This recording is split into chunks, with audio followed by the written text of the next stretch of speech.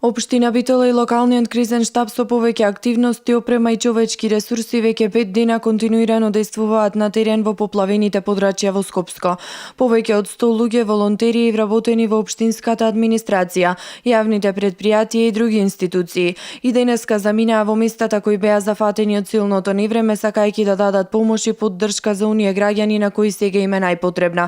Јавното претпријатие Комуналецот Битола покрај дел од вработените на терен испрати и 8 тонска цистерна со висок напон, а територијалната противпожарна единица континуирано е вклучена во акцијата со своји професионални екипи, противпожарни возила и друга опрема, со механизација и други технички средства. Активно се вклучени и комуналното јавно претпријатие Нискоградба, јавното претпријатие Водовод, јавното претпријатие Стрежево, РЕК Битола и ФОД ДООЛ Новаци. Локалната самоуправа на терен во поплавените подрачја во Скопје ги испрати проценителите со кои располага општинската администрација, кои треба да помогнат во проценката на направените штети од поплавите. На вонредна седница Советот на општина Битола донесе одлука за помош од 1 милион денари за настраданите граѓани од поплавите во Скопско.